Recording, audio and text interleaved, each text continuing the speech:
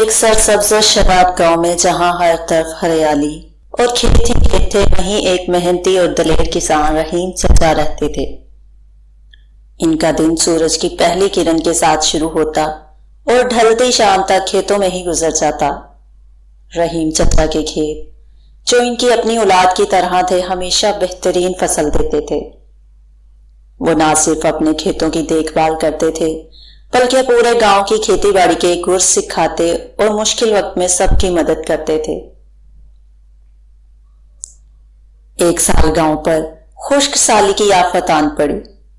آسمان پر بادل آتے مگر برسے بغیر گزر جاتے اور کھیت سوکھنے لگے۔ گاؤں والے پریشان ہو گئے، ان کی امیدیں ٹوٹنے لگیں، لیکن رحیم چچا نے ہمت نہیں ہاری۔ انہوں نے سوچا کہ کچھ نہ کچھ تو کرنا ہوگا۔ رحیم چچا نے گاؤں کے بزرگوں اور نوجوانوں کو اکٹھا کیا اور کہا، ہمیں ہمت نہیں ہارنی چاہیے، ہمیں کھیتوں کو بچانے کی ایک نئی تدبیر کریں گے۔ انہوں نے گاؤں والوں کے ساتھ مل کر ایک پرانے سوکھے کنویں کو دوبارہ کھودنے کا فیصلہ کیا۔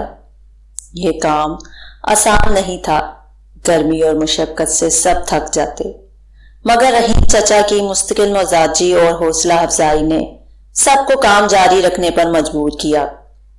دن رات کی محنت کے بعد آخر کار کنویں سے ٹھنڈا صاف پانی نکلنا شروع ہو گیا۔ پانی دیکھ کر گاؤں والوں کی آنکھوں میں چمک آ گئی۔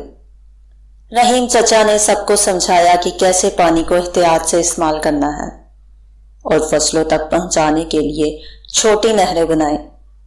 آہستہ آہستہ سوکھے کھیتوں میں دوبارہ جان آنے لگی اور ہر طرف ہریالی پھیل گئی اور گاؤں کی رونق لوٹ آئی۔ اس واقعے کے بعد رحیم چچا صرف ایک کسان نہیں بلکہ پورے گاؤں کے لیے ایک ہیرو بن گئے۔ ان کی محنت، تدبیر اور گاؤں والوں کے لیے بے لوث محبت نے ایک بار پھر ثابت کر دیا کہ اگر انسان ہمت نہ ہارے اور مل جل کر کام کرے تو بڑی سے بڑی مشکل بھی آسان ہو جاتی ہے۔ گاؤں والے آج بھی رحیم چچا کو کھیتوں کا محافظ کہتے ہیں اور ان کی کہانی بچوں کو سنائی جاتی ہے تاکہ وہ بھی محنت اور ایک دوسرے کی مدد کرنے کی اہمیت سمجھ سکے۔